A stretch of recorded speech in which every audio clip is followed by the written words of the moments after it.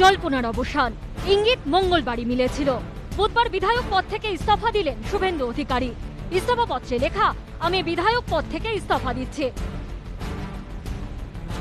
বুধবার অত্যন্ত নাটকীয়ভাবে বিধানসভায় পৌঁছন শুভেন্দু অধিকারী। তিনি সাধারণত যে গাড়ি ব্যবহার করে থাকেন, এদিন তাতে নয়, অন্য একটি গাড়িতে আচমকাই বিধানসভার গেটে পৌঁছন শুভেন্দু অধিকারী। ঢাকা ছিল গাড়ির কাজ। সঙ্গে ছিলেন পুরুলিয়ার কংগ্রেস সাংসদ সুদীপ মুখোপাধ্যায়। সে সময় স্পিকার বিধানসভায় উপস্থিত ছিলেন না। 1টা নাগাদ তিনি বেরিয়ে যান।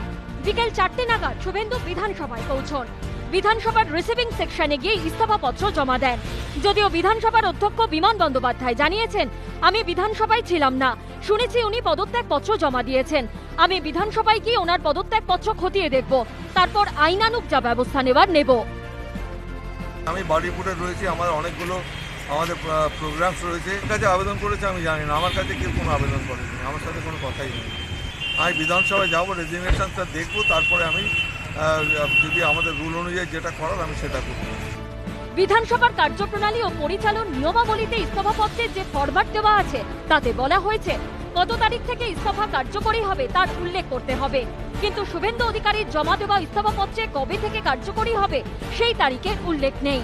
তাই স্পিকার এক্ষেত্রে পরবর্তী কি পদক্ষেপ নেন সেদিকেও সবার নজর থাকবে। আর ছাড়া কি আছে, আর 5 মাস পরে তো নির্বাচন। এসব চমক দেখিয়ে লাভ আছে কিছু? যা ভালো বুঝেছেন তাই করেছেন। আমি তো শুনলাম যে অধ্যক্ষের কাছে জমা দেয়নি। নিয়ম অনুযায়ী তো অধ্যক্ষের কাছেই জমা দিতে হয়, জানি। অধ্যক্ষ বিচার করবেন। সঠিক পদ্ধতি হচ্ছে স্পিকারের সামনে বসে তিনি পদত্যাগপত্র দেবেন এবং স্পিকারের সামনে বসে তিনি সই করবেন। সই করে পদত্যাগ কবে থেকে পদত্যাগ করলেন সেই ডেটটা মেনশন করে পদত্যাগ করবেন। এটা বিধানসভা এবং লোকসভার ক্ষেত্রে চালু আইন এবং রুল বুকেও রয়েছে। এর আগেও আমরা দেখেছি এরকম অগোছালো ভাবে কেউ কেউ পদত্যাগ করেছেন, তারপরে সেটা গ্রহণ করা হয়নি। এই যে পদত্যাগটা উনি করলেন, স্পিকারের বিধানসভায় গেলেন কিন্তু স্পিকারের সামনে উনি পদত্যাগ করলেন না, উনি আলাদা করে পদত্যাগপত্র দিয়ে এলেন, তাতে কোনো তারিখ মেনশন করলেন না যে কবে থেকে উনি পদত্যাগ করছেন। কাজেই এই পদত্যাগপত্রটা যথার্থ নয় এবং এটা কতটা বৈধ সে বিষয়ে আমার সন্দেহ রয়েছে। না, আমি দিইনি। আমাকে চিঠিটা উনি দিয়ে গেলেন প্রেসকে দেওয়ার জন্য। ভেতরে রিসিভ সেকশনে, স্পিকারের রিসিভ সেকশনের লোককে সেক্রেটারি সাহেব ডাকলেন, রিসিভ করে দিলেন। আছি, এখন তো আছি। শুভেন্দু অধিকারী সাবালক, অনেক দিনের এমএলএ, অনেক দিনের মন্ত্রী। ওনার উপরে ভর করে মমতা ব্যানার্জি ক্ষমতা এসেছেন বলে বলা হয়। উনি কেন চলে যাচ্ছেন বলে তৃণমূলের লোক যারা উষ্মা প্রকাশ করছেন, তারা আবার কদিন মধ্যে না চলে যায়, এটা মমতা ব্যানার্জিকে ভাবতে দিন। দল ভাঙানোর এই রাজনীতি পশ্চিমবাংলায় ছিল না। এই রাজনীতির প্রবক্তা পশ্চিমবাংলায় তৃণমূল কংগ্রেস, যাদের মারফত এই দল ভাঙানোর খেলা খেলেছে উন্নয়নের জোয়ার বলে, তারা আজকে তৃণমূলের গড় ভেঙে বিজেপির হয়ে একই কাজ করছেন। তৃণমূল আপত্তি করবে কোথা থেকে? যাহা তৃণমূল যে কাজ করেছে, যে কাজ করে খ্যাত হয়েছে, সেই কাজই বিজেপি করছে। কারণ তৃণমূলের নেত্রী বড় হয়েছেন বিজেপির ঘরে, আর বিজেপি তৃণমূলের প্র্যাকটিসটাকেই চালু করবার চেষ্টা করছেন। কে কোন এমএলএ কোথায় গিয়ে গেলেন, কি বললেন, মেটেরিয়াল নয়। মেটেরিয়াল হচ্ছে মানুষ এবং মানুষের লড়াই। শুভেন্দুর এই পদক্ষেপ প্রত্যাশিত হলেও বিধানসভার ভোটের আগে তা যে তৃণমূলের কাছে নিঃসন্দেহে বড় ধাক্কা, তা নিয়ে রাজনৈতিক পর্যবেক্ষকদের কোনো সন্দেহ নেই। যদিও প্রকাশ্যে একে গুরুত্ব দিতে নারাজ শাসক দল। শুভেন্দুকে কার্যত পদের লোভী আখ্যা দিয়েছে তারা। না, এটা যাচ্ছে না। আজকে আমি 1 বছর আগে থেকে জানি, আমি অনেকদিন আগে থেকেই জানি, বলিনি কিছুই। যার লোভ আছে সে চলে যাবে, যে গ্রিডি সে চলে যাবে, যে ওভার অ্যাম্বিশাস সে চলে যাবে। রাখা যাবার কি আছে? ওকে ইয়ে ধরে রাখতে হবে নাকি? যাদের দরকার তারা রাখবে। অনেকেই যারা বলছে তারা চলে যাবে না, কোনো অসুবিধার কিচ্ছু নেই। কেউ জেতেনি নিজের জন্য, সব মমতা বন্দ্যোপাধ্যায়ের জন্য জিতেছে। গেল আর এলো তাতে কিছু হয়েছে না, সব হচ্ছে মমতা বন্দ্যোপাধ্যায়কে দেখে। মমতা বন্দ্যোপাধ্যায় যতক্ষণ আছে, তৃণমূল কংগ্রেসের যতক্ষণ রয়েছে, যারা মুখে ঝড় বওয়াচ্ছে তারা মাটিতে ঝড় বওয়াতে পারবে না। চিন্তা করার কিছু নেই। বাংলার মানুষ বেঈমানদের চেনে। বেঈমানরা ঠিক চিহ্নিত হয়ে থাকবে। শুভেন্দু অধিকারীর সাথে 1 ডিসেম্বর অবধি আমরা কথা বলেছিলাম যাতে ও পার্টিতে থাকে।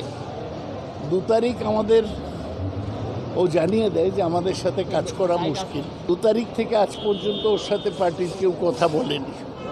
ও বিজেপির সাথে আগেই ঠিক করেছিল যে আস্তে আস্তে দল ছাড়বে। এখন তো ঠিক হয়ে গেছে যে অমিত শাহর সাথেও দিল্লি থেকে আসবে। তো এটা চূড়ান্ত বিশ্বাসঘাতকতা। 4.5 বছর মন্ত্রী থেকে পার্টি সিম্বলে জিতে তারপর ইলেকশনের 5 মাস আগে ছেড়ে দেওয়া হচ্ছে বিশ্বাসঘাতকতা। শুভেন্দু 2004-এ নির্বাচনে হেরে গিয়েছে লোকসভায় লক্ষণ শেঠের কাছে। তার আগে 2001-এ ও হেরে গিয়েছিল বিধানসভায় কিরণময় নন্দীর কাছে। ও কিছু এমন পালোয়ান নয় যারা চলে যাবে তাদের কি করবে। যত ওর ব্যক্তিগত ব্যাপার, এই নিয়ে আমি কোনো মন্তব্য করব না। এটা ওর ব্যক্তিগত ব্যাপার। দলের কি ক্ষতি হবে? দল দলের মতো চলছে, তো দলের কি ক্ষতি হবে? দল তো দলের মতো চলছে। তৃণমূল কংগ্রেস তো চলছে। আজকেও তো দেখবেন না, এই তো 1 ঘন্টার নোটিশে 1000 লোকের মিছিল হচ্ছে। শুভেন্দুর ইস্তফায় প্রত্যাশিতভাবেই উৎসাহিত বিজেপি। সেই দিনকে আমি বলেছিলাম শুভেন্দু যদি দল ছেড়ে দেয় তাহলে আমি আরও খুশি হব এবং আমরা ওকে স্বাগত জানাই। পুরোপুরি তৃণমূল থেকে তার সম্পর্ক ছেদ করেছে। এটা নিশ্চিত করে গণ আন্দোলনের ক্ষেত্রে পশ্চিমবাংলায় একটা বড় সিদ্ধান্ত। তাই আমি এই সিদ্ধান্তকে আগেও বলেছিলাম স্বাগত জানাই, আজও বলছি এই সিদ্ধান্তকে স্বাগত জানাই। বাংলায় যে সিচুয়েশন আছে তাতে এই সিচুয়েশনে কোনো গণ আন্দোলন করা লোক এসে যদি মমতার মিসরুলের এগেনস্টে লড়াই করতে চায় তাহলে বিজেপি বেনিফিটেড। শুভেন্দু ইস্তফাপত্র দেবার পর এখন আর একটাই প্রশ্ন রয়ে গেল, শুক্রবার না শনিবার, দিল্লিতে না মেদিনীপুরে শুভেন্দু অধিকারী কবে কোথায় বিজেপিতে যোগ দেবেন? শুভেন্দু বাবু আসবেন আমরা শুনছিলাম। তিনি প্রথম মন্ত্রিত্ব থেকে তার বিভিন্ন পদ থেকে তারপরে বিধায়ক পদ থেকে পদত্যাগ করেছেন। আর হয়তো আপনারা যেটা বলছেন সেই দিকেই গতি প্রকৃতি যাচ্ছে। শুধু শুভেন্দু বাবু নন, পার্টির মধ্যে এরকম অনেক সিনিয়র লিডার যারা পার্টির প্রতিষ্ঠা থেকেই আছেন, যাদের যোগদানে পার্টি এতদূর বিকশিত হয়েছে, ক্ষমতা এসছে, তারা পার্টি ছেড়ে চলে যাচ্ছেন। তার মানে বুঝতে হবে টিএমসির মধ্যে কিছু গন্ডগোল আছে। মমতা ব্যানার্জি এর জন্য বিজেপিকে দায়ী করছেন। আমাদের কোনো দায় নেই, আমরা আমাদের কাজ করছি। আমাদের কাজে, আমাদের লড়াইতে মানুষ যদি প্রভাবিত হয়ে আসে, দোষ নেই। আমরা এখানে ক্ষমতাই নেই। যদি কেউ বিজেপিতে আসে তার দোষ আমাদের নয়। উনি বলছেন আমার বাড়ি ভেঙে দিচ্ছে। যিনি অন্যের বাড়ি ভেঙে নিজের বাড়ি তৈরি করেন তার বাড়িতে কিন্তু ভাঙবেই। আজকে সেই দিকেই যাচ্ছে। আমরা অপেক্ষা করছি, যদি আসেন অবশ্যই ওয়েলকাম করব। আমি জানি না, সময় আছে, দেখা যাবে। দিলীপ ঘোষ তো একদম মত্ত ষাঁড়ের মতো কথা বলে, সুতরাং ওর জবাব কি দেব? থাকবে কি না থাকবে দেখা যাবে। দিলীপ ঘোষ পার্টিতে থাকবে কিনা, এখন তো শুভেন্দুরা ঢুকে গেল, দিলীপ ঘোষকে লিডারশিপ থেকে সরিয়ে দেবে। 1995 সালে কাঁথি পুরসভা ভোটে কংগ্রেসের টিকিটে জিতে কাউন্সিলর হন শুভেন্দু। 2001 সালে মুখপেরিয়া বিধানসভা কেন্দ্রে শুভেন্দুকে প্রার্থী করেন মমতা বন্দ্যোপাধ্যায়, কিন্তু তিনি তৎকালীন মৎস্যমন্ত্রী কিরণময় নন্দের কাছে হেরে যান। 2004 সালে লোকসভা ভোটে তমলুক কেন্দ্রে সিপিএমের লক্ষণ শেঠের কাছে পরাজিত হন শুভেন্দু।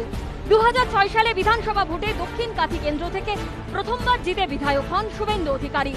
2006 সালের বিধানসভা ভোটে দক্ষিণ কাঁথি কেন্দ্রটি মেজ ছেলেকে ছেড়ে দিয়ে শিশির এগরায় প্রার্থী হন, জেতেন দুজনেই।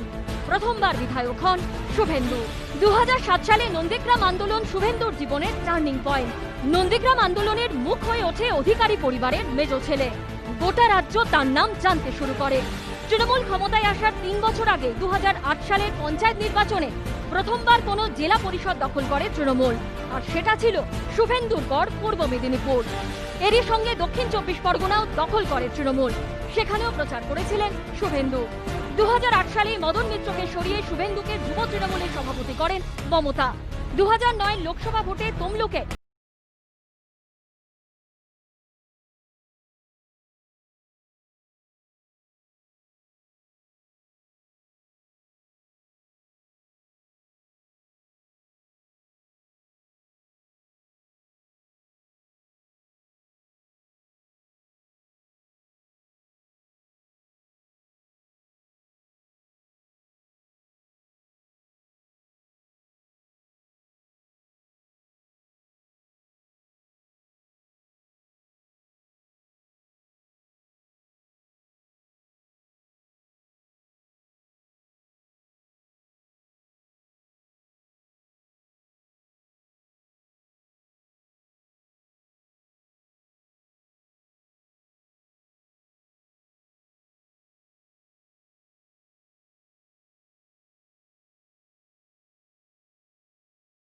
কেউ নামিনি, লিফটেও উঠিনি,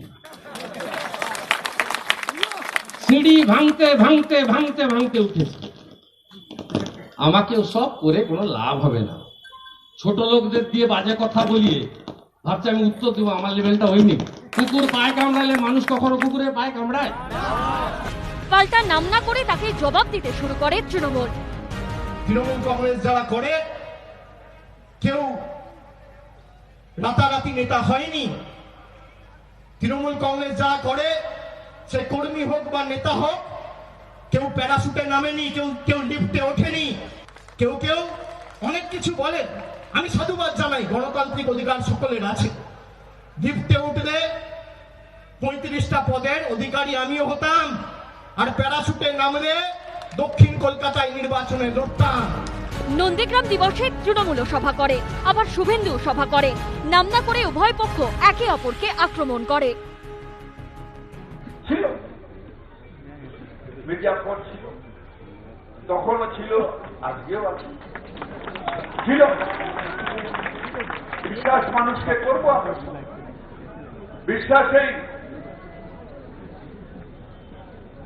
বিশ্বাসের মধ্যে দিয়ে আমাদের বেঁচে থাকতে হবে। ভালো লাগছে 13 বছর পরে নন্দীগ্রামের কথা মনে পড়েছে। 26শে নভেম্বর HRBC চেয়ারম্যান পদ থেকে ইস্তফা দেন শুভেন্দু। 27শে নভেম্বর রাজ্য সরকারি নিরাপত্তা ও পাইলট কার্ড ছেড়ে দেন। সেদিনই 3 দপ্তরের মন্ত্রিত্ব ও হলদিয়া উন্নয়ন পর্ষদের চেয়ারম্যান পদ থেকে ইস্তফা দেন শুভেন্দু। সেই শুভেন্দুই এবার বিধায়ক পদ থেকে ইস্তফা দিলেন। আর তৃণমূল ভাঙছে দেখে কটাক্ষের সুর অধীর চৌধুরীর গলায়। যে খেলা মমতা ব্যানার্জি শুরু করেছিল বিরোধী দলগুলোকে ভাঙিয়ে নিজের দলকে শক্তিশালী করা, সেই খেলার শিকার হচ্ছে মমতা ব্যানার্জি। মমতা ব্যানার্জি একটা দলটা করেছিল সিপিএমকে ক্ষমতা থেকে হটানো। সিপিএম ক্ষমতা থেকে হটে গেছে, আর তো দলের কোনো লক্ষ্য নেই।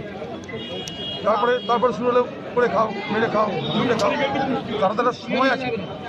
আজকে মমতা ব্যানার্জির দল তাই উঠে যাওয়ার মুখে, অস্তিত্বের সংকটে উঠছে। এটা শুরু হলো কাল, তৃণমূলের দল ভাঙা তো শুরু হয়েছে, আরও যাবে। মমতা ব্যানার্জির ব্যর্থতা, পশ্চিমবঙ্গ তৃণমূল পার্টির ব্যর্থতা। ভোটের মুখে শুভেন্দুর এই সিদ্ধান্ত বিধানসভা ভোটে প্রভাব পড়তে পারে বলেই মত রাজনৈতিক পর্যবেক্ষকদের। কারণ পূর্ব মেদিনীপুর বরাবরই অধিকার পরিবারের গড় বলেই পরিচিত। 2008 সালের পঞ্চায়েত নির্বাচনে পূর্ব মেদিনীপুরে নিরঙ্কুশ জয় পায় তৃণমূল। 2011 সালের বিধানসভা নির্বাচনে পূর্ব মেদিনীপুরে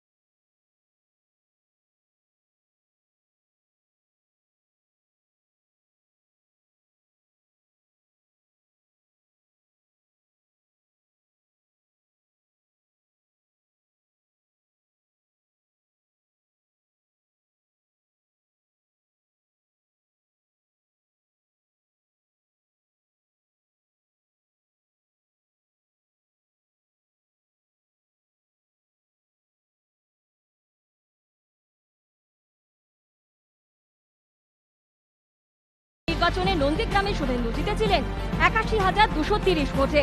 সেখানে 2019-এর লোকসভা নির্বাচনের বিধানসভা ওয়ারি ফল অনুযায়ী নন্দীগ্রাম বিধানসভা কেন্দ্র থেকে তৃণমূল এগিয়ে থাকার ব্যবধান কমে হয় 68,391। শুভেন্দু যখন ইস্তফা দিচ্ছেন তখন দিকে দিকে একের পর এক তৃণমূলের সাংসদ বিধায়কের গলাতেও বিদ্রোহের সুর, ক্ষোভের সুর। যার জেরে হাই ভোল্টেজ বিধানসভা ভোটের মুখে শাসক দলের অস্বস্তি ক্রমেই বাড়ছে। আমি প্রকাশকে অরূপ বিশ্বাসের সামনে, আমাদের স্বপন দেবনাথের সামনে আমি একজন এমএলএর বিরুদ্ধে প্রকাশ্যে বলেছিলাম যে এইসব ক্লাব থেকে টাকা নিয়েছে। তাকে আবার দেখা গেল দলের বিশাল দায়িত্বে নিয়ে চলে আসা। আমার পক্ষে এই রাজনীতিতে থাকা মুশকিল।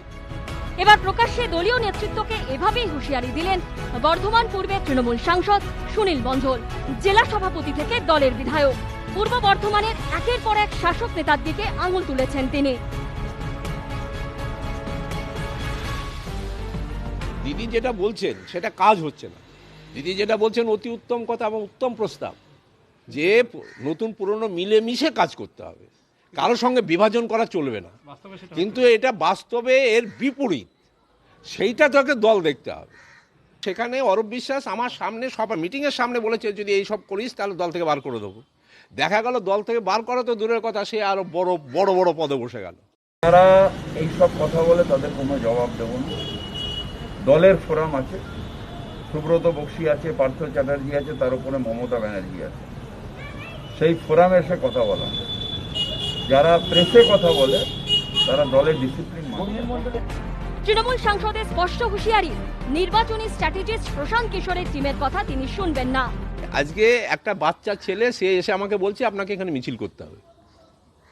আমি রাজনীতি করি, আমি বুঝবো পাবলিকের মনের ভাষা, আমি বুঝবো পাবলিক কী চায়, পাবলিককে কীভাবে সেবা দিতে হবে, কিভাবে কি করতে হবে। এটা আমার ব্যক্তিগত মতে মনে হয় যে ভাড়াটে সৈন্য দিয়ে কোনোদিন যুদ্ধ জয় করা যায়, অসম্ভব।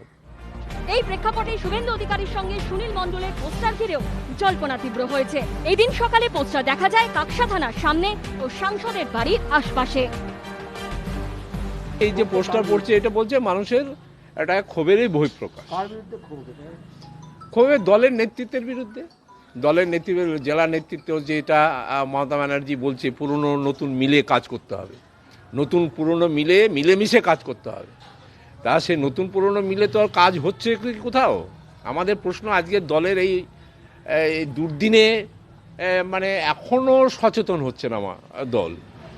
এখনও দলের যারা এক শ্রেণীর মানে কি বলবো যাদের হাতে ক্ষমতা আছে তারা নিজেরাই আমার মনে হয় চাইছে না দলটা থাকুক। মমতা বন্দ্যোপাধ্যায়ের নেতৃত্বে তৃণমূল কংগ্রেস রাজনৈতিক লড়াই সংগ্রাম আন্দোলনের মধ্য দিয়ে বামফ্রন্ট সরকারকে ক্ষমতাচ্যুত করেছে। তাই মমতা ব্যানার্জি যেদিকে, তৃণমূল কংগ্রেসের সর্বস্তরের কর্মী সাধারণ মানুষ সেদিকেই থাকবে। কে গেল কে এলো দলের কিছু আসছে।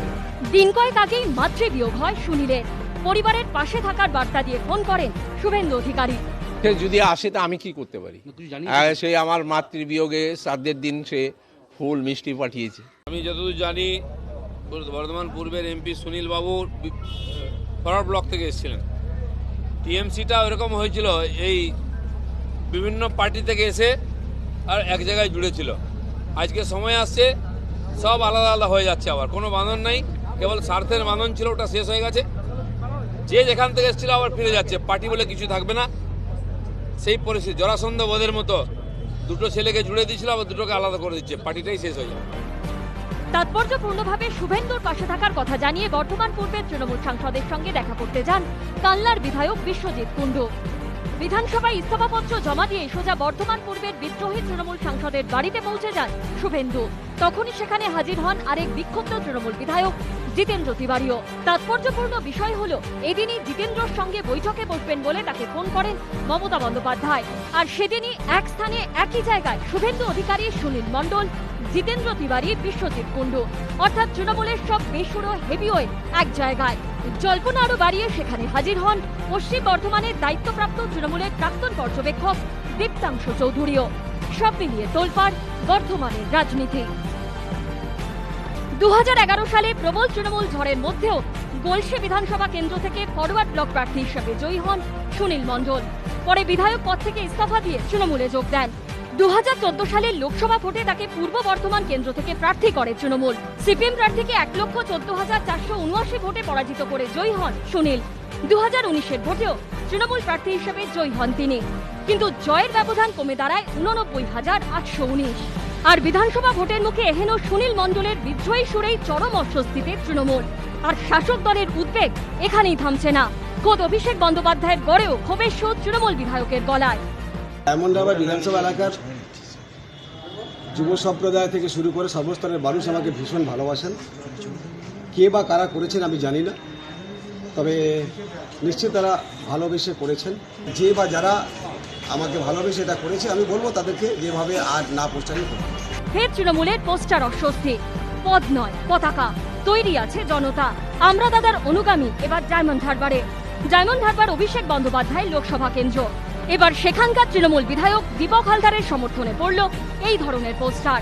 এমন সময় এই পোস্টার পড়ল যখন শুভেন্দু অধিকারীর মতো হেভিওয়েট নেতা কবে বিজেপিতে যোগ দেবেন তা নিয়ে চর্চা চলছে। বনমন্ত্রী রাজীব বন্দ্যোপাধ্যায়, বর্ধমান পূর্বের তৃণমূল সাংসদ সুনীল মণ্ডল, ব্যারাকপুরের বিধায়ক শিলভদ্র দত্তের গলায় ক্ষোভের সুর। এই অবস্থায় ডায়মন্ড হারবারের তৃণমূল বিধায়কের সমর্থনে লাগানো পোস্টার কিসের ইঙ্গিত? কিছুদিন আগেই ডায়মন্ড হারবারে সভা করেন অভিষেক বন্দ্যোপাধ্যায়। সেদিন সভা মঞ্চে দেখা যায়নি তৃণমূল বিধায়ক দীপক হালদারকে। এ নিয়ে সরাসরি কিছু না বললেও অসন্তোষের সুর তৃণমূল বিধায়কের গলায়। আমাকে গত 4.5 বছর ধরে আমি কোনো কাজ করার সুযোগ পাইনি, সেই পরিবেশ ছিল না বা সেই পরিবেশ পাইনি।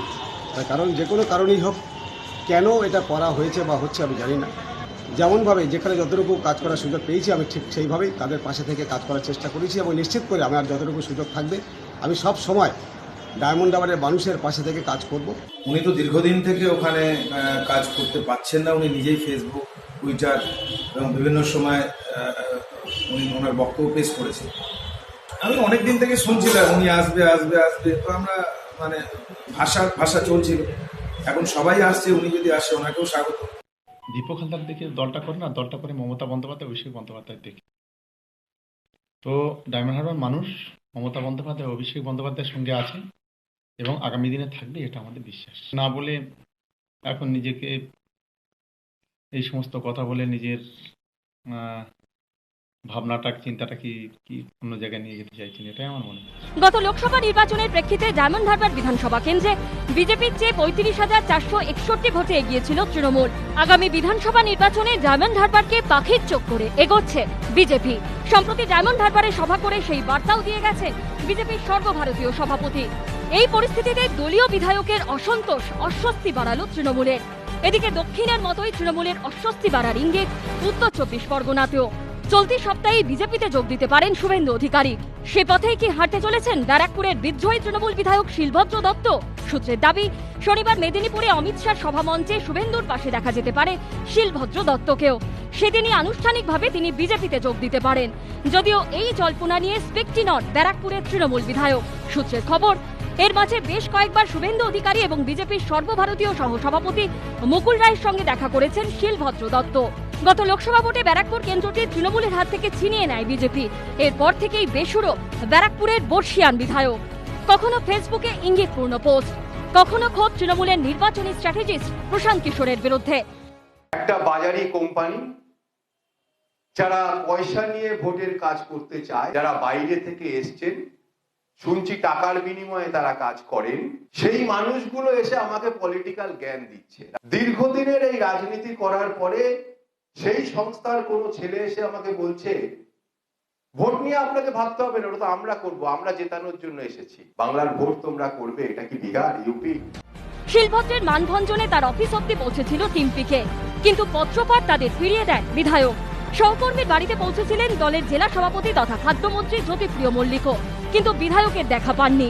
এসব কি বিচ্ছেদের ইঙ্গিত? কোনো প্রতিক্রিয়া দিতে চাননি শিলভদ্র। তবে তা নিয়ে তৃণমূল বিজেপি দরজা থেমে নেই। অন্তত পক্ষে 32 জন বিধায়ক আছে যারা এই পরীক্ষাতে ফেল করেছে, যারা সার্ভে ডিবেটে তাদের এলাকায় তারা মানুষের যে কর্মটা বিধায়কদের করা দরকার সেটা করতে পারেন।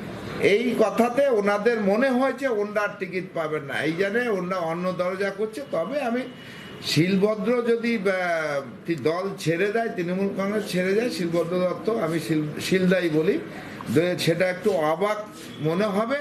কারণ কিছুদিন আগে তার যেটা কঠিন রোগ, যার চিকিৎসা করতে অন্তত পক্ষে 60 লক্ষ টাকা খরচ হয়েছিল, সেটা দল দিয়েছিল এবং আমি নিজে ব্যক্তিগতভাবে এবং আমাদের জেলার অনেক নেতা ব্যক্তিগতভাবে সহযোগিতা করেছিল এবং বাকি অন্তত পক্ষে 40 লক্ষ টাকা দল সেটা খরচা করেছিল। মমতা ব্যানার্জি, অভিষেক বন্দ্যোপাধ্যায় টাকা দিয়েছিল। সেই জন্য যদি তার ব্যাপারে এই ধরনের ঘটনা ঘটে, সেই বেসুরে কোনো কথা হয় বা তিনি অন্য দলে যোগ দেন, তাহলে মনে হবে যে পৃথিবীতে সব মানুষই বেঈমান। আমার কাছে সেটা খবর আছে, উনি জয়েন করবে। শিলভদ্রদা কোন দলে? বিজেপিতে।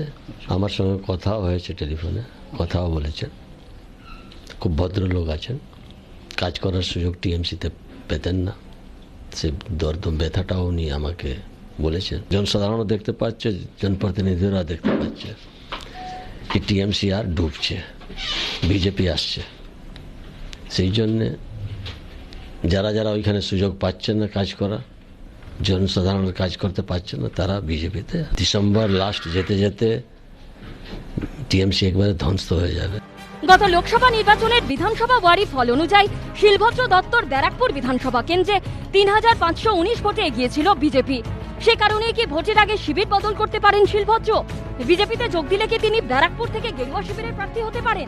মুকুল রায় তৃণমূলে থাকাকালীন তার অত্যন্ত ঘনিষ্ঠ বলে পরিচিত ছিলেন শিলভদ্র দত্ত। শেষ অবধি তিনি দলবদল করলে তা হাই ভোল্টেজ বিধানসভা ভোটের আগে তৃণমূলের কাছে অস্বস্তির হতে পারে বলেই মত রাজনৈতিক মহলের একাংশের। এদিকে এদিনই বিধানসভায় গিয়ে রিসিভিং সেকশনে ইস্তফাপত্র জমা দেন শুভেন্দু অধিকারী। অধ্যক্ষকে ইমেল করেও ইস্তফাপত্র পাঠান তিনি। আর দিকে দিকে এই বিদ্রোহের সুরের মধ্যেই ফের একবার বিদ্রোহীদের উদ্দেশ্যে কড়া বার্তা দিয়েছেন মমতা বন্দ্যোপাধ্যায়। যারা প্রথম থেকে তৃণমূলে আছে তারা কিন্তু আছে, একটা দুটো জোয়ারে আসে ভাটায় চলে যায়, ওতে কোনো যায় আসে না।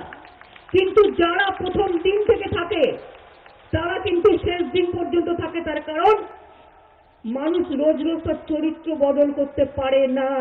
কাপড় জামা বদলানো যায়, আদর্শ বদলানো যায় না। আমি কিন্তু ভুলিনি, আমার সব মনে আছে। আমি একটার পর একটা মিটিং কুচবিহারে করে গেছি যখন কেউ আসতো না, এবং উত্তরবঙ্গের বঞ্চনা লাঞ্ছনা সেদিন থেকে আমার নলেজে আছে। এদিকে পাল্টা কটাক্ষ ছুড়ে দিয়েছে বিজেপি। নন্দীগ্রামের বিধায়ক এবং প্রাক্তন মন্ত্রী শুভেন্দু বাবু নাকি বিধানসভায় গিয়ে বিধায়ক পদ থেকে রিজাইন করেছে। যে পার্টি ক্ষমতায় আছে সে পার্টি ছেড়ে কেন লোকেরা চলে যায়? সে পার্টির বিধায়করা বলছেন আর নির্বাচন লড়বো না, পার্টি থেকে রিজাইন দিচ্ছেন, মুক্ত হয়ে যাচ্ছেন। কাউন্সিলর, পঞ্চায়েত, জেলা পরিষদ তারা তো জয়েন করছেনই, এমএলএ, কর্পোরেশনের মেয়র পর্যন্ত বলছেন আর এই পার্টিতে থাকবো, রিজাইন করবো। পার্টির মধ্যে গণতন্ত্র নেই, কার্যকর্তাদের সম্মান নেই, সুরক্ষা নেই, কাজ করার অধিকার নেই, এই পার্টিতে কেউ থাকতে পারে না। মমতা দেবী তো দল করার দিন ছিলেন না, সুতরাং কে প্রথম থেকে আছেন আর কে প্রথম থেকে নেই এটা মমতা দেবীরই ঠিক জানা নেই। এরই মধ্যে তৃণমূলের অস্বস্তি আরো বাড়িয়েছেন পশ্চিম বর্ধমানের জেলা তৃণমূল সভাপতি তথা আসানসোলের পুর প্রশাসক জিতেন্দ্র তিওয়ারি।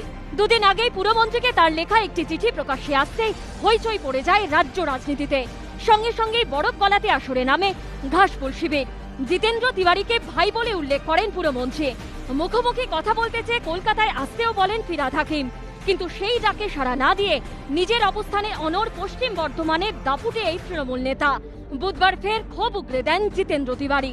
এদিন দুর্গাপুরে একটি বেসরকারি সংস্থার কারখানার সামনে তৃণমূলের শ্রমিক সংগঠনের সভায় যোগ দেন তিনি। দলের সভাপতি আমি, আর সভাপতিকে মেসেজ করে জানিয়ে দেওয়া হলো 18 তারিখ অবধি আপনি কোনো মিটিং মিছিল করবেন না। বিজেপি মিটিং মিছিল করবে, সিপিএম মিটিং মিছিল করবে, আর আমি তৃণমূল কংগ্রেসের জেলা সভাপতি 18 তারিখ অবধি একজন নেতার ইচ্ছা হয়নি বলে আমি মিটিং মিছিল করতে পারবো না। আজও কোথাও শুনেছেন এই ধরনের নির্দেশ? কোথাও শুনেছেন যে কোনো মিটিং মিছিল করবেন না? কেন এই মিটিং আজকে আসার আছে, তাই এইভাবে আমার আটকে দেওয়া হবে। আমি পরিষ্কার করে বলে দিয়েছিলাম যে না, অবশ্যই যাবে। দুটো জিনিস আছে, কেড়ে নিতে পারেন। এক, জেলা সভাপতি পদ কেড়ে নিতে পারেন, মাইন্ড মেকআপ করেই রেখেছি, বলার 1 মিনিটের মধ্যে ছেড়ে দেবো। দ্বিতীয়, আসানসোল কর্পোরেশনে প্রশাসক করে রেখেছেন, সেটাও কেড়ে নিতে পারেন। সেটার জন্য মাইন্ড মেকআপ আছে, বলার 1 মিনিটের মধ্যে সে প্রশাসক পদও ছেড়ে দেবো। যদিও রাজনৈতিক কর্মসূচিতে যেতে বারণ করা প্রসঙ্গে জিতেন্দ্রর অভিযোগ উড়িয়ে দেন ফিরহাদ। না, এটা নিয়ে আমার কোনো জানাই নেই। আমি অন্তত এটা জানি না যে 18 তারিখ অবধি কে ওকে মানা করেছে, কি করেছে আমি জানি না। এবং ও বারবার এটা প্রেসের কাছে কেন বলছে? দলের ছেলে দলে এসে কথা বলুক না। আমি বুঝতে পারছি না যে কেন বলছে। না, আমার সাথে কোনো কথাই হয়নি এই নিয়ে, কারোর সাথে, মমতাদির সাথে এই নিয়ে কোনো কথা হয়নি। তাৎপর্যপূর্ণভাবে এদিনের সভায় শুভেন্দু অধিকারীর প্রশংসা করে ফিরহাদ হাকিমকে নিশানা করেন পাণ্ডবেশ্বরের বিধায়ক। শুভেন্দু অধিকারী নিয়ে বক্তব্য রেখে দিলেন। আরে শুভেন্দু অধিকারী 6 মাস গুলির সামনে লড়াই করেছে, তারপর সে নেতা হয়েছে। তার দিয়ে তোমার মুখে মানায় না। মমতা বন্দ্যোপাধ্যায় দুটো কথা বলেন, সেটা মানায়, তোমার মানায় নাকি? ববি হাকিম বলবে গিয়ে শুভেন্দু অধিকারীর বিরুদ্ধে কথা, সেটা মানায় নাকি? এটা তো ঘটনা যে তৃণমূল কংগ্রেসে মমতা বন্দ্যোপাধ্যায়ের পর সবচেয়ে পপুলার লিডার যদি কেউ আছে সেটা শুভেন্দু অধিকারী। এটা তো ঘটনা, এটা অস্বীকার করার কোনো উপায় নেই। এদিন যে কারখানার সামনে তৃণমূল শ্রমিক সংগঠনের সভা হয়, সেখানে সাম্প্রতিককালে বেশ কয়েকবার শ্রমিক নিয়োগ নিয়ে অস্বচ্ছতার অভিযোগ ওঠে। প্রকাশ্যে আসে আইএনটিটিইউসির গোষ্ঠী কোন্দলও। এদিন শ্রমিক নিয়োগ নিয়ে দলের একাংশের বিরুদ্ধে দুর্নীতির অভিযোগেও মুখ খোলেন জিতেন্দ্র তিওয়ারি। স্থানীয় ছেলেদেরকে যদি চাকরি দেবেন, তার কাছে টাকা পয়সা নিতে পারবেন না, চা দোকানে পান দোকানে বলে দেবেন। কিন্তু বাইরের লোককে যদি চাকরি দেন, অন্যান্য জেলা থেকে অন্যান্য রাজ্য থেকে লোককে এসে যদি ঢুকিয়ে দেন, তাহলে আপনি কোথায় কি নিলেন না নিলেন সে বেচারা ভয়ে বলতে পারবে না, জানে আমার চাকরিটা চলে যাবে। চাকরিতে নিয়োগের ক্ষেত্রে অস্বচ্ছতার অভিযোগ নিয়ে পাল্টা জবাব দেন পুরমন্ত্রী। কোন চাকরি তাও আমি জানি না, কি বলছে ও আমি তাও বুঝতে পারছি না, কিসের চাকরি?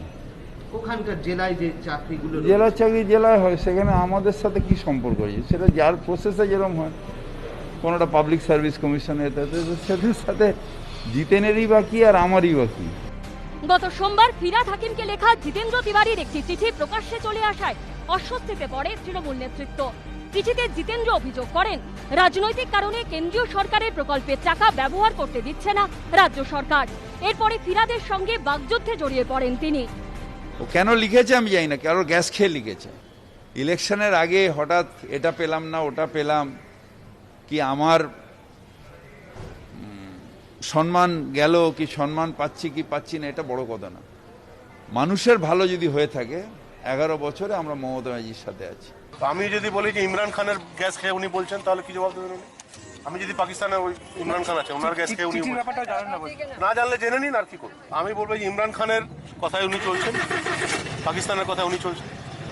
আমি মমতা বন্দ্যোপাধ্যায় যদি আমাকে কিছু বলেন সেটা আমি মানবো, শুনবো, বাকি কে কি বললো না বললো বয়ে গেছে। বুধবার শ্রমিক সংগঠনের সভায় ফের সেই চিঠি দেওয়ার প্রসঙ্গ তোলেন জিতেন্দ্র তিওয়ারি। আপনার ভাই হলে তো মুশকিল, আপনি ভাই হলে তো আসানসোল দুর্গাপুরের মধ্যে ভাগ চাইতে শুরু করবেন। ভাই বললে বলে ভাই আমার ভাগটা আমাকে দিতে, আমরা দিতে রাজি না। তাহলে আপনার তো স্বভাব, এতদিন আপনি লিডার আছেন, লিডারই থাকুন, ভাই হতে হবে না। কেন ভাই হলে তো বলবেন যে না, ভাইদের তো একটা অধিকার থাকে, তাহলে গ্রেফাইটে 25টা লোক আমাকেও দিয়ে দাও ভাই, ওই দরকার নেই।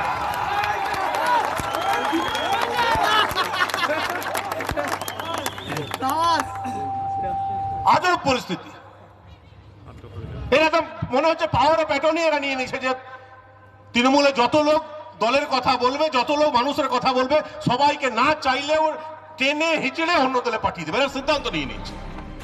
মঙ্গলবার আসানসোলে তৃণমূল কংগ্রেস হিন্দি প্রকোষ্ঠের একটি অনুষ্ঠানে মমতা বন্দ্যোপাধ্যায়ের ভূয়সী প্রশংসা করেন জিতেন্দ্র, কিন্তু সেই সঙ্গে নাম না নিয়ে দলের একাংশকে নিশানা করতেও ছাড়েননি তিনি। এদিনও তার গলায় ছিল আক্রমণের সেই সুর। যদি তোমার অধিকারে কথা বলো, তাহলে তোমাকে চলে যেতে হবে। তোমার প্রতিশ্রুতি পূরণের জন্য সচেষ্ট হও, তাহলে তোমাকে চলে যেতে হবে। ভয়ে ভয়ে ভয়ে কতদিন আর এত ভয়? এক না এক সময় তো সিদ্ধান্ত নিতেই হবে যে কি করব। এখন সিদ্ধান্ত নিয়েছি, বললে চলে যাব, কিন্তু মানুষের সঙ্গেই থাকবো, মানুষের বাইরে আর থাকতে পারবো না। দিকে দিকে বিদ্রোহের সুর, একে একে ইস্তফা। এদিকে শুভেন্দু অধিকারী বিজেপিতে যোগ দেবার আগেই পূর্ব মেদিনীপুরের হেরিয়ায় দাদার অনুগামীদের অফিসে উড়ল বিজেপির পতাকা। শুভেন্দু অধিকারীর ছবির পাশে পতপত করে উঠছে পতাকা।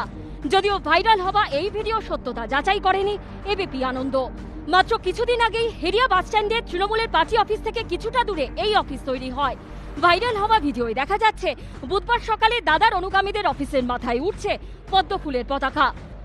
আমরা শুভেন্দু অধিকারীর যারা অনুগামী, যারা শুভেন্দু অধিকারীকে ভালোবাসে, যারা শুভেন্দু অধিকারীকে ভরসা করে, যারা শুভেন্দু অধিকারীকে বিশ্বাস করে, তারা বিভিন্ন জায়গায় সহায়তা কেন্দ্র সারা বাংলায় করেছে।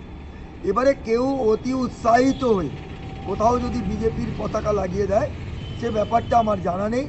এ ব্যাপারে স্পষ্টভাবে বলতে চাই যে যারা যারা চাইছেন পশ্চিমবঙ্গের সন্ত্রাসের বাতাবরণ সরিয়ে দিয়ে প্রকৃত সোনার বাংলা গড়ব, তারাই বিজেপির পতাকাকে বুকে নিয়ে নিচ্ছে। এদিকে গত 7ই ডিসেম্বর মেদিনীপুর কলেজের মাঠে সভা করে বিজেপিকে নিশানা করেছিলেন মমতা। শনিবার সেই মাঠেই জনসভা করবেন অমিত শাহ। আর সেই মঞ্চেই শুভেন্দু সহ একাধিক হেভিওয়েটের দল বদলের জল্পনা চলছে। সঙ্গে শুভেন্দুর নিজের জেলায় তার অনুগামীদের তৎপরতা। প্রকাশ্যে একে গুরুত্ব দিচ্ছে না শাসক শিবির। শুভেন্দুবাবু প্রথম দিন থেকেই তার নিজের নামে কয়েকটি অফিস এখানে করার চেষ্টা করছেন বা করেছেন, এবং সেখানে প্রথম দিন থেকেই সেই অফিসগুলোর রং গেরুয়া রং তিনি করেছেন।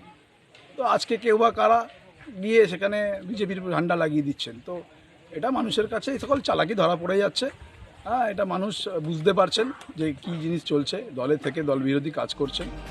শুধু শুভেন্দুর নিজের জেলায় নয়, পাশের জেলাতেও শুভেন্দুর ইস্তফাপত্রের রেশ করতে শুরু করেছে। পূর্ব মেদিনীপুরের পর এবার পশ্চিম মেদিনীপুরের তৃণমূলে ভাঙন। দল থেকে ইস্তফা দিলেন শুভেন্দু ঘনিষ্ঠ নেতা। দলের কাছে পদত্যাগপত্র পাঠালেন দাঁতন ব্লকের সাধারণ সম্পাদক রুদ্রাংশু বেরা। দলের মধ্যে ক্ষোভ নয়, দিদি যতদিন দিদি ছিল দিদির সঙ্গে আমরা ছিলাম, দিদি যখন পিসি হয়ে গেছে তো পিসির সঙ্গে আমরা নেই। দলের মধ্যে কি কেউ কিছু আপনাকে কোনো সাসপেন্ড বা শোকজ এমন একটা কথা উঠছে কি বল? অনেক দিন থেকে ওরা দূরত্ব তৈরি করেছিল, যেমন কোনো মিটিং হলে ডাকতো না, যেহেতু শুভেন্দু অধিকারীর সঙ্গে আমি থাকি বলে, হ্যাঁ শুভেন্দুবাবুকে ভালোবাসি বলে, তার অনুগামী বলে দূরত্বটা তারাই তৈরি করেছিল। যদিও স্থানীয় তৃণমূল নেতৃত্বের দাবি দলের কোনো পদেই ছিলেন না রুদ্রাংশু। যদিও এসবকে গুরুত্ব না দিয়ে বিজেপির বিরুদ্ধে কোচবিহার থেকেও রণংদেহী মেজাজে মমতা বন্দ্যোপাধ্যায়। রাজনৈতিক যুদ্ধ গুন্ডামির যুদ্ধ নয়, দাঙ্গার যুদ্ধ নয়, আসুন শান্তির যুদ্ধ করি, গণতন্ত্রের যুদ্ধ করি। কবে করবেন বলুন, জায়গা আপনারা ঠিক করুন। দরকার হলে কুচবিহারে মদন মোহনকে সাক্ষী রেখে এই রাসমণি মাঠে করুন। আপনারা একদিকে থাকবেন, আমরা একদিকে থাকবো, আপনার সাথে গুন্ডা থাকবে, আমার সাথে মানুষ থাকবে। আমি দেখবো এই যুদ্ধে কে জয়লাভ করে। লঙ্কায় গিয়ে তো আমরা রাবণ হয়ে গেছে। বিগত লোকসভা নির্বাচনে 22টা সিট ভারতীয় জনতা পার্টি প্রায় জেতার মুখে এসেছিল, 18টা সিট জিতেছে, আর 2টো সিট আমাদের জোর করে হারানো হয়েছে, আর 4টা থেকে 6টা সিট আমরা হেরেছি অত্যন্ত অল্প ভোটের ব্যবধান। সুতরাং স্বাভাবিকভাবেই গত লোকসভা নির্বাচনেই এই যুদ্ধ হয়েছে এবং বাংলার মানুষ রায় দিয়ে বলেছে তারা ভারতীয় জনতা পার্টির সাথে আছে। লোকসভা ভোটে কোচবিহার হাতছাড়া হয়েছে, 21-এর বিধানসভা ভোটে তার পুনরাবৃত্তি রুখতে মরিয়া মমতা বন্দ্যোপাধ্যায়। বুধবার কোচবিহার রাসমেলার মাঠের জনসভা থেকে বারবার সেই বার্তাই দিলেন তিনি। 2019-এর লোকসভা ভোটে গোটা উত্তরবঙ্গে তৃণমূলের ভরাডুবি ঘটেছে। উত্তরবঙ্গের 8টি লোকসভা আসনের মধ্যে 7টিতে জিতেছে বিজেপি, তৃণমূল একটিও আসন পায়নি। এর মধ্যে রয়েছে কোচবিহার লোকসভা আসনটিও। কোচবিহার লোকসভা কেন্দ্রে 54,231 ভোটে জিতেছে বিজেপি। শুধু তাই নয়, লোকসভা ভোটের ফলের নিরিখে কোচবিহার কেন্দ্রের অন্তর্গত 9টি বিধানসভা কেন্দ্রের মধ্যে 7টিতে এগিয়ে বিজেপি, তৃণমূল এগিয়ে মাত্র 2টিতে। এই প্রেক্ষাপটে বিধানসভা ভোটের আগে চলতি সফরে কোচবিহারে ফের তৃণমূলের পায়ের তলার জমি শক্ত করার চেষ্টা চালিয়েছেন তৃণমূল নেত্রী। অনেক কাজ করে দেওয়া হয়েছে, এবার আপনাদের কাছে আমার কিছু চাইবার আছে। চাইবার ব্যাপারটা কি? তৃণমূল কংগ্রেস সরকার মনে রাখবেন, মা মাটি মানুষের সরকার, কখনো বিশ্বাসঘাতক হতে পারে না, প্রতারক হতে পারে না, প্রতারণা করতে পারে না, বঞ্চনা করতে পারে না। কুকথা, অসত্য, অসত্য এসব কথা বলে, মিথ্যে কথা বলে ভোট আমরা নিই না। যা বলবো তাই করব, যা বলবো না তা করব না, এটা হচ্ছে আমাদের শপথ। বিজেপি অবশ্য মমতা বন্দ্যোপাধ্যায়ের বার্তায় কোনো গুরুত্বই দিতে নারাজ। একদম, এটাই তো সব থেকে বড় মিথ্যে কথা। মিথ্যে কথা বলেই আপনি এখনো মিথ্যে কথা বলে যাচ্ছেন মাননীয়া, শুধু ভোটের অঙ্কে। আমরা যা যা বলেছিলাম ম্যানিফেস্টোতে, আমরা সব কাজ করেছি মানুষের জন্য, সবকা সাথ সবকা বিকাশ। মানুষের ভরসাতেই এবার বিজেপি এখানে আসবে। আর আপনার ধোঁকা ধরা পড়ে গেছে এই কারণেই, মমতা বন্দ্যোপাধ্যায় আজকে দাঁড়িয়ে আছেন সততার প্রতীক বলে এসছিলেন, আর সব থেকে বেশি দুর্নীতি আপনার দল করেছে। এটাতেই তো প্রমাণ হয়ে যায় যে কে ভাঁওতা দিয়েছে আর কে প্রতিশ্রুতি ভেঙেছে। কোচবিহার লোকসভা কেন্দ্রে বিজেপি প্রার্থী করেছিল নিশীথ প্রামাণিককে, যিনি ভোটের আগে তৃণমূল ছেড়ে বিজেপিতে যোগ দেন। বুধবার কোচবিহারের সভা থেকে তাকেও নিশানা করেন মমতা বন্দ্যোপাধ্যায়। আমাদের দল থেকে অভিযোগের ভিত্তিতে তাকে তাড়িয়ে দিয়েছিলাম, আর তাকে বিজেপি নিয়ে এসে সে নানা রকম মিথ্যে কথা বলে, কুৎসা করে, চরিত্র হরণ করে, এপার ওপারে অনেক কিছুর সাথে জড়িত থেকে একটা নির্বাচনে পগার পার হয়েছে। আমরা ভোট করবার জন্য বাঙালি রাজবংশী ভাগাভাগি করি না, উদ্বাস্তু পশ্চিমবাংলা ভাগাভাগি করি না। পাল্টা জবাব দিয়েছে বিজেপিও। উনি কি করেছেন? উনি অন্য দলের বিক্ষুব্ধ লোকদের নেননি, অন্য দলের বিক্ষুব্ধ নয়, কিন্তু পুলিশের ভয় দেখিয়ে নেননি। মানস ভূঁইয়াকে কিভাবে নিয়েছেন সারা পশ্চিমবঙ্গ জানে যে একজনের হত্যাকাণ্ডের সঙ্গে তার নাম ছিল, হত্যার অপরাধে, তারপর তাকে নিয়ে সেই হত্যার অপরাধ তার বিরুদ্ধে তুলে নিলেন। আমরা জানি বিমল গুরুংয়ের ক্ষেত্রে এখন কি করছেন, তার বিরুদ্ধে আপনি বলেছিলেন সে হত্যার অপরাধে অপরাধী, তারপরে যে পুলিশ খুঁজছিল, আজকে যেই সে আপনার পায়ের তলায় চলে আসলো সমস্ত তুলে দিলেন। এসব কি আপনি দেখাচ্ছেন আর কি আজকে কথা বলছেন? লোকসভা ভোটের পর থেকে বারবার রাজনৈতিক সংঘর্ষে উত্তপ্ত হয়েছে কোচবিহার। দিনহাটা তুফানগঞ্জ থেকে সিতাই, কখনো পার্টি অফিস দখল ঘিরে, কখনো রাজনৈতিক কর্মসূচি ঘিরে অশান্তির আগুন ছড়িয়েছে জেলার বিভিন্ন প্রান্তে। কোচবিহারের সভা থেকে সেই প্রসঙ্গ তুলে এদিন বিজেপিকে নিশানা করেন মমতা বন্দ্যোপাধ্যায়। মানুষ চোখের সামনে দেখতে পাচ্ছেন যাকে জিতিয়েছেন বা যাদের জিতিয়েছেন তারা কিভাবে গুন্ডামি করে কুচবিহারে রোজ হিংসা করছে, রোজ অত্যাচার করছে, রোজ সন্ত্রাস করছে, শান্ত কুচবিহারকে অশান্ত করেছে। একটা বিচলিত মানসিক অবস্থায় আছেন, তার কথাবার্তা শুনে বোঝা যাচ্ছে। এবং আমি একটা কথা মাননীয়াকে বলবো, পলিটিক্সে রাজনীতিতে এগোনো আছে, পেছনেও আছে, হার আছে, জিত আছে, কিন্তু তার সঙ্গে সঙ্গেই আপনাকে আপনার মানসিক স্বাস্থ্য এবং শারীরিক স্বাস্থ্যের উপর নজর রাখতে হবে। আপনি সুস্থ থাকুন। এভাবে উত্তেজিত হয়ে মানসিকভাবে এইভাবে ভেঙে পড়লে আপনার অন্তত মানায় না, চলে না। বিজেপির বিরুদ্ধে প্রতিশ্রুতি ভঙ্গের অভিযোগও তুলেছেন মমতা বন্দ্যোপাধ্যায়। লোকসভা নির্বাচনের আগে সবার অ্যাকাউন্টে 15 লক্ষ টাকা করে জমা দিব কইছিল না, কোথায় গেল? 1 পয়সাও নাই হাওয়া। তাই বিজেপিকে কোনদিন এবার হাওয়া বলেছিল 2 কোটি বেকারের চাকরি দেবো বছরে, কোথায় গেল? আর এখন আবার ফোন বিলি করছে, বলতে প্রতিশ্রুতি দিচ্ছি। প্রতিশ্রুতি মানেই চিটিংবাজি, প্রতিশ্রুতি আর একটা চিটিং ফান্ড, চিটিং ফাঁক। প্রতিশ্রুতি ইলেকশনের আগে প্রতিশ্রুতি, আর ইলেকশনের পরে ধান্দাবাজি বলছে, ভাওতাবাজি, পুরো ভাওতাবাজি। বুধবারই জল্পনার অবসান ঘটিয়ে বিধায়ক পদে ইস্তফা দিয়েছেন শুভেন্দু অধিকারী। এদিন বিকেলে বিধানসভায় গিয়ে নিজের ইস্তফাপত্র জমা দেন তিনি। বর্ধমান পূর্বের সাংসদ থেকে ডায়মন্ড হারবার কিংবা ব্যারাকপুরের বিধায়ক, বেসুরো গাইছেন তৃণমূলের একের পর এক জনপ্রতিনিধি। এই প্রেক্ষাপটে বুধবার কোচবিহারের সভা থেকে চাঞ্চল্যকর দাবি করেন মমতা বন্দ্যোপাধ্যায়। সুব্রত বক্সী আমার রাজ্যের সভাপতি, মানুষের একটা চক্ষু লজ্জাও তো আছে, এবং একজন রাজ্যসভার এমপি ফোন করে বলছে, দাদা একটু কথা আছে আপনার সাথে বলবো। কত বড় সাহস! এবার আমাকে কালকে কেষ্টে ফোন করলো বীরভূম থেকে, অনুব্রত মন্ডল, বলে দিদি জানেন আমাকে একটা দিল্লির নেতা ফোন করছে, ফোন করে আমার বলছে, এই তুমি তোমার সাথে একটু বসবো। ভাই হোয়াট ডেঞ্জারাস, হাউ ডেঞ্জারাস যে মিনিমাম কার্টিসি নেই।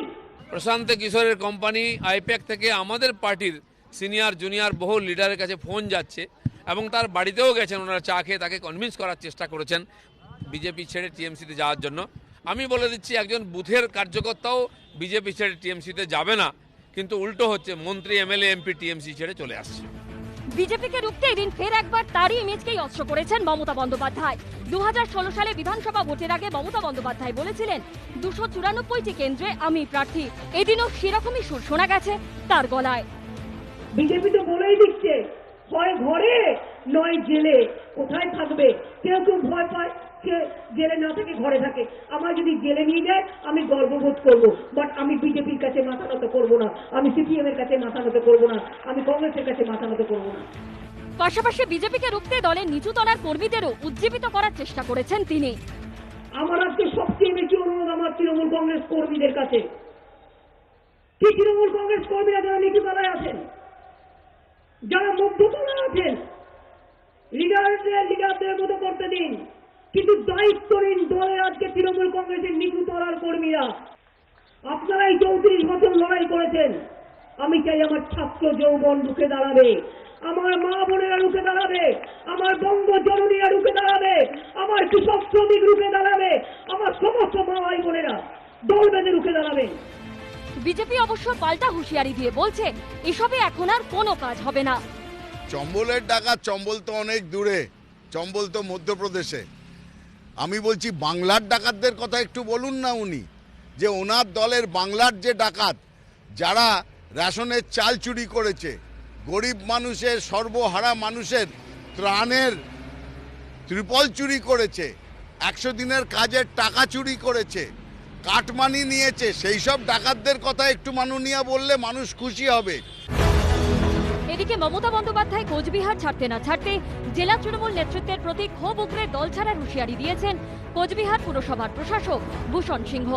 যদি মনে হয়, দল মনে করে যদি এখন আমাদের কুচবিহারের নেতৃত্বে যারা আছে যে ভূষণ সিংয়ের দরকার নাই, ওরা বলে দেবো আমি দল থেকে বেরিয়ে যাবো, আমার কোনো যায় আসে না। তো এইরকম চলতে থাকার দল কতদিন টিকে থাকবে? দল থেকে তো সবাই এক করে বেরোচ্ছে। বুধবারে কোচবিহারের রাসমেলা ময়দানে সভা করেন মমতা বন্দ্যোপাধ্যায়। প্রধান মঞ্চে ছিলেন জেলা তৃণমূলের সভাপতি, জেলার 7 তৃণমূল বিধায়ক এবং তৃণমূলের জেলা সাধারণ সম্পাদক জলিল আহমেদ এবং বাম থেকে তৃণমূলে আসা পরেশ অধিকারী।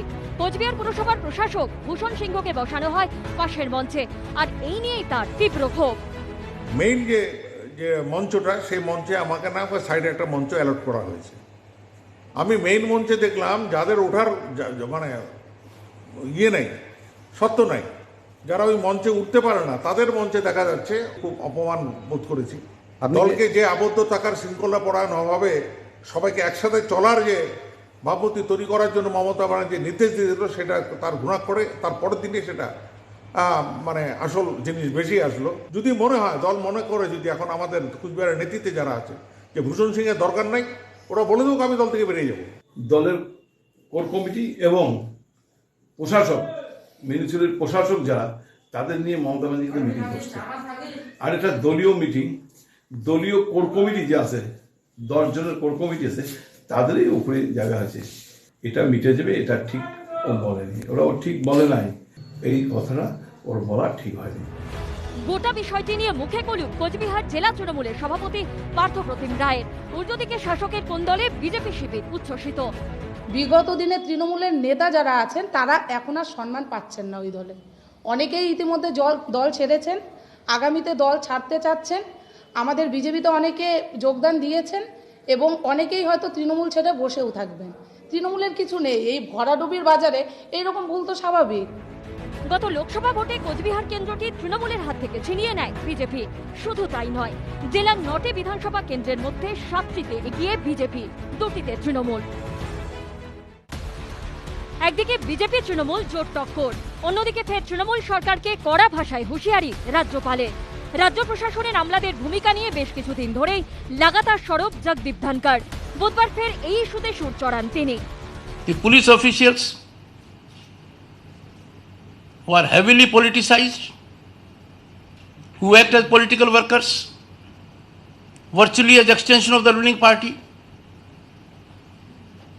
their accountability is not fixed. বিজেপির সর্বভারতীয় সভাপতি জেপি নাড্ডার কনভয়ে হামলার ঘটনা ঘিরে রাজনৈতিক তরজার পারদ যখন সপ্তমে, তখনই রাজ্য প্রশাসনের ভূমিকা নিয়ে কার্যত বোমা ফাটান রাজ্যপাল। বুধবার আরও এক ধাপ এগিয়ে রাজ্যপাল দাবি করেন এই তালিকা দিনে দিনে লম্বা হচ্ছে। पहले मुझे लग रहा था कि 21 लोगों के बारे में भयावह डिटेल्स है, नंबर बढ़ता जा रहा है। यदि अगर इस प्रकार की खतरनाक जानकारी आती है जहां ये इंडिकेट होता है कि लोग बेपरवाह, एलिगेशन है, लाजमी कानून की दृष्टि उन पर पड़नी चाहिए। বৃহস্পতিবার জেপি নাড্ডার কনভয়ে হামলার পরই প্রশাসনের ভূমিকা নিয়ে ক্ষোভ উগরে দেন জগদীপ ধনকড়। তারপর তিনি ডেকে পাঠান মুখ্য সচিব এবং রাজ্য ডিজিপিকে। তাদের সঙ্গে বৈঠকের পর জগদীপ ধনকড় টুইট করে বলেন, মুখ্য সচিব এবং ডিজিপি আমার সঙ্গে দেখা করেছেন, কিন্তু দুর্ভাগ্যজনকভাবে পড়ে থাকা বিষয়গুলি নিয়ে কিংবা বিজেপি সভাপতি জেপি নাড্ডার উপর হামলার বিষয় তারা কোনো আপডেট নিয়ে আসেননি। কোনো বিষয়ে উত্তর না দেওয়ার এই অবস্থান সাংবিধানিক ব্যবস্থা ভেঙে পড়ার ইঙ্গিত। এই দিনও এই ইস্যুতে সরব হয়েছেন রাজ্যপাল। ফের একবার প্রশাসনের রাজনীতিকরণের অভিযোগ তুলেছেন তিনি। If I could indicate names of more than 20 retired police officials holding those positions, have you seen anything like this happening anywhere else? I will deal with other areas also. Retired people from administration. There are some that are so powerful that the role of the minister and principal secretary is all in one. I caution these people. They are public servants. They must not carry the impression that merely because they are retired and on contract, they are away from purview of public servants. They are being paid out of public exchequer. They are as accountable as public servants, even for Prevention of Corruption Act. রাজ্যপালের উদ্দেশ্যে পাল্টা কটাক্ষ ছুড়ে দিয়েছে তৃণমূল। উনি কে এরকম ভাবে explanation চাওয়ার সবসময় প্রতিদিন সমস্ত ঘটনার এক্সপ্লেনেশন চাওয়ার তো ওনার কোনো অধিকার নেই। উনি যদি উল্টোপাল্টা কথাবার্তা বলেন তা উল্টোপাল্টা কথাবার্তা শুনতে হবে। মুশকিল হয়েছে গায়ে মানে না আপনি মোড়ল, জগদীপ ধনকরের অবস্থা হয়েছে তাই। তোমাকে আমি আবার বলছি, তুমি রাজস্থান থেকে ভোটার লিস্টের নাম কাটিয়ে পশ্চিমবাংলায় ভোটার লিস্টের নাম তুলে আগামী ইলেকশনটা কন্টেস্ট করো, দেখে নাও বাংলার মাটিটা কেমন। বিধানসভা ভোট যত এগিয়ে আসছে ততই উত্তপ্ত হচ্ছে বাংলার রাজনীতি। রাজ্যে 6 মাস আগে মডেল কোড অফ কন্ডাক্ট বা আদর্শ আচরণবিধি জারির দাবি জানিয়ে জাতীয় নির্বাচন কমিশনের দরবার করেছে রাজ্য বিজেপি। নিজেদের দাবির সপক্ষে জেপি নাড্ডার কনভয়ে হামলার কথা নির্বাচন কমিশনকে জানায় বঙ্গ বিজেপি। সঙ্গে উল্লেখ করা হয় হামলার দিনকার রাজ্য পুলিশের একটি টুইটের ছবি। মঙ্গলবার জাতীয় নির্বাচন কমিশনের ফুল বেঞ্চের সঙ্গে দেখা করে বিজেপির প্রতিনিধি দল। বঙ্গ বিজেপির অভিযোগ, রাজ্য পুলিশ তৃণমূলের হয়ে কাজ করছে, তাই ভোটের আগে থেকে নিরাপত্তার পুরো দায়িত্বে রাখা হোক শুধুমাত্র কেন্দ্রীয় বাহিনীকে। রাজ্য সরকারের কর্মচারীর একাংশ তৃণমূলপন্থী, ভোট পরিচালনার কাজে তাদের যেন ব্যবহার না করা হয়। সীমান্তবর্তী এলাকায় অনুপ্রবেশকারীদের নাম ভোটার তালিকায় উঠে যাচ্ছে বলে তৃণমূলের বিরুদ্ধে অভিযোগ জানিয়েছে বিজেপি। এই প্রেক্ষাপটে বুধবার ভোট হিংসা নিয়ে সরব হয়েছেন রাজ্যপালও। पश्चिम बंगाल की छवि जो चुनाव के मामले में है, भयानक है, प्रजातंत्र के लिए भयावह है। लोग नाउम्मीद न हो, इसलिए मैं अश्योर कर रहा हूं 2021 का चुनाव फ्री फेयर फेयरलेस होगा। जो कुछ लोग कहते हैं कि सेंट्रल फोर्सेस कब आएंगी, हर कदम सही समय पर समय से पहले होगा। जो लोग ये सोच रहे हैं कि आखिरी 100 मीटर के अंदर हमारा राज होगा, 1 इंच पर भी उन लोगों का राज नहीं होगा जो कानून के खिलाफ काम करेंगे। राजनीति में कौन जीतता है कौन हारता है मेरा मतलब नहीं है। कौन दल कैसे राजनीति करता है, किसको कंसल्टेंट रखता है, मेरा मतलब नहीं है। जहां भी कानून को चुनौती दी जाएगी, जहां भी कानून का ट्रांसग्रेशन होगा, जहां भी एक भी मतदाता अपने आप को भयभीत महसूस करेगा, मेरे लिए वो चैन का पल नहीं हो सकता। এই প্রসঙ্গে 2018 সালে পঞ্চায়েত ভোটের কথাও টেনে এনেছেন রাজ্যপাল। 2018 में जो हुआ पंचायत में, मैंने पूरी जानकारी ली है। लोगों के मन से वो डर निकल जाना चाहिए, ऐसा नहीं होने दिया जाएगा। प्रशासन का जो यहां इंटीग्रेशन है पॉलिटिकल सिस्टम से, that will have to be neutralized. It shall be neutralized and those who come in the way of it will face music of law. রাজ্যপালের আক্রমণের পাল্টা জবাব দিয়েছে তৃণমূলও। 20,000 সিটের ক্যান্সেলেশন চেয়েছিল, সুপ্রিম কোর্ট তাদের দেয়নি। তাদের কোনো একটা অভিযোগের কে তাকে মানে মান্যতা দেয়নি, কোনো অভিযোগের মান্যতা দেয়নি। জগদীপ ধনকর একটা হচ্ছে মিথ্যেবাদী লোক। জগদীপ ধনকর হচ্ছে বিজেপির এজেন্ট। এই জগদীপ ধনকর বাংলার শুধু লজ্জা নয়, সারা ভারতবর্ষের লজ্জা। ওনার সব বন্দুক ক্রিমিনালদের, বিজেপি ক্রিমিনালদের অ্যারেস্ট হয়ে যাচ্ছে, আর জগদীপ ধনকর একদম মানে অসুবিধা হয়ে যাচ্ছে। কারণ জগদীপ ধনকর তো অভ্যস্ত না সমস্ত এই অসাধু ব্যবসায়ীদের বউদের নিয়ে, নিজের বউকে নিয়ে টিপাটি করা রাজভবনে। রাজ্যপাল অবশ্য শুধু প্রশাসনের ভূমিকা নিয়ে প্রশ্ন তুলেই থামেননি, ছাড়ে ছুড়ে নিজের এখতিয়ারও মনে করিয়ে দিয়েছেন তিনি। I am not a post office. I am not a rubber stamp. I don't wear kid gloves या मेरे फीट ऑफ क्ले हैं। मेरी शपथ को सारगत करने के लिए किसी भी एक्सटेंट तक मुझे जाना पड़े, इसमें मैं किसी आरोपों से प्रभावित नहीं होऊंगा। राज्यपाल एक ऐसा पद है, चूंकि आपने बहुत अच्छा प्रश्न किया है, इज इजी पंचिंग बैग। आपको जवाब नहीं मिले तो कह दो कि साहब आप तो केंद्र के या किसी राजनीतिक दल के या आपका एक पॉलिटिकल एजेंडा है। आपके राज्यपाल ने पूरा कदम लिखित में उठाया है। आपके राज्यपाल ने निश्चित रूप से ट्वीट के ऊपर अपने आप को कमिट किया है। आपको लगे कि आपका राज्यपाल कॉन्स्टिट्यूशनल लिमिटेशन के बाहर जा रहा है, तथ्यात्मक रूप से गलत है। এখন আমরা ভীষণ ব্যস্ত সকলে, কারণ খুব পজিটিভ কাজ হচ্ছে এবং মানুষের কাজ হচ্ছে। সেখানে প্রতিনিয়ত রাজ্যপাল সকালে উঠে আজকে এটা বললেন, কোনো টিভি পর্দায় এটা বললেন এবং পশ্চিমবাংলার বিরুদ্ধে তিনি উচ্চারণ করলেন, কখনো আইএস আইপিএস এর বিরুদ্ধে তিনি বললেন। এই বিষয় নিয়ে আমাদের কিছু বলার নেই। রাজ্যের আইন শৃঙ্খলার অবনতির অভিযোগ তুলতে গিয়ে এদিন নিজের একটি পুরনো টুইটের প্রসঙ্গ টানেন রাজ্যপাল। 6ই অক্টোবর তিনি টুইট করে বলেন, সরকারি রিপোর্ট অনুযায়ী এবছরের আগস্ট মাসে পশ্চিমবঙ্গে 223টি ধর্ষণ এবং 639টি অপহরণের ঘটনা ঘটেছে। সরকারি রিপোর্টে রাজ্যে নারী নির্যাতনের যে পরিসংখ্যান উঠে এসেছে তা উদ্বেগজনক।